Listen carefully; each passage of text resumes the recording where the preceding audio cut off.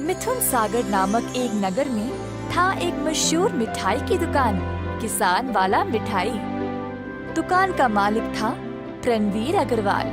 प्रणवीर अपने बेटे केतन, अब शंतन तो केतन का सगा भाई तो नहीं था, पर दोनों को प्रणवीर ने साथ साथ बड़ा किया। केतन ने अपनी पढ़ाई जारी रखा, पर शंतन पढ़ाई छोड़कर मिठाई की दुकान पर काम करने लगा।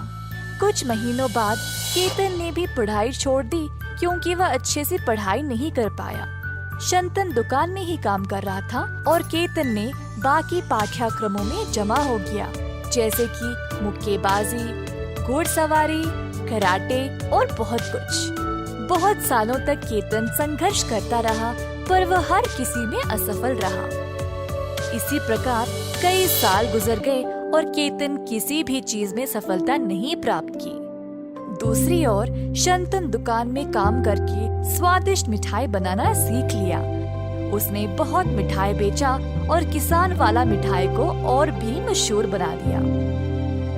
उसकी जिम्मेदारियां भी बढ़ गई और उसने दुकान की अच्छी देखभाल की। प्रणवीर ने दोनों लड़कों को ध्यान से देखा और फिर एक दिन केतन को अपने पास बुलाया। केतन, तुमने 12 साल बिताए कई पाठ्यक्रमों को सीखने में, पर तुमने कुछ नहीं सीखा। कम से कम दुकान के कैश काउंटर को जाकर संभालो, कुछ ना कुछ तो वहाँ सीख जाओगे। ये सुनकर केतन बहुत खुश हो गया। उसको ऐसा लगा जैसे पूरी दुकान उसी की है और हर एक जिम्मेदारी भी उसी की। अगले दिन केतन दुकान पर गया, अपने आप को कुछ ज्यादा ही महान समझकर। दुकान पर उसने देखा कि शंतन सब कुछ बहुत अच्छे से संभाल रहा था। किसी ने केतन को भाव ही नहीं दिया और केवल शंतन की बात ही सुन रहे थे। केतन को जलन होने लगी और उसको समझ नहीं आया कि वह क्या करे। दिन समाप्त होने के बाद जब शंतन काम करने वालों को तनख्वाह दे रहा था, तब केतन बीच में आया और उसके हाथ से पैसे छीन लिए। ये मेरी दुकान है और अब से पैसे मैं ही संभालूंगा। उठो यहाँ से और जाओ। शंतन ने कुछ नहीं कहा और चुपचाप वहाँ से चला गया। केतन अब काम करने वालों को पूरी तनख्वाह देने के बजाय आधा ही देने लगा। दुकान के लोगों को निकालकर दूसरे काम वालों को ले आया, जिनको मिठाई बनाने के बारे में ज्यादा कुछ पता भी नहीं था। शंतन ये देखकर केतन के पास गया और बोला, अगर तुम ऐसे कर्मी को काम पे रखोगे तो हम अच्छी मिठाई कैसे बना पाएंगे?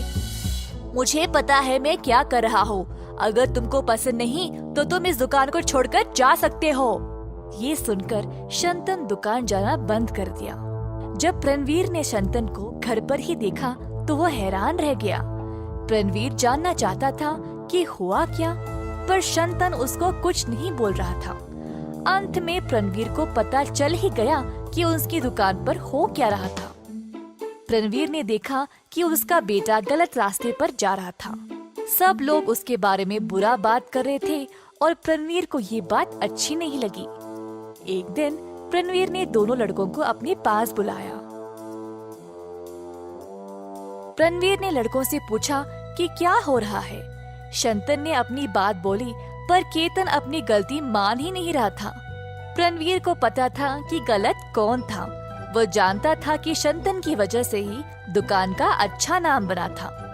अंत में प्रणवीर ने शंतन को दुकान का मालिक बना दिया। ये देखकर केतन और भी नाराज हो गया। पिताजी, आपने ये ठीक नहीं किया। तुम किसी काम के लायक नहीं हो और उसके ऊपर तुम इतनी ईर्ष्या और गुस्सा दिखाते हो। इस तरह तुम एक अच्छा जीवन नहीं बिता सकते। तुम मेरी एक ही औलाद हो और मैंने 12 साल इंतजार किया तुम में बदलाव देखने के लिए, पर तुम इतने लापरवाह बन गए। अब तुम जो भी कहो, मैं निर्णय ले चुका हूँ। केतन घर छोड़कर चला गया और शंतन ने दुकान की सारी जिम्मेदारी ले ली और उसको फिर से अच्छे से चलाने लगा। बहुत दिन बीत गए और केतन को बाहर भी कोई नौकरी नहीं मिली। घर वापस आकर उसने अपने पिता से माफी मांगा।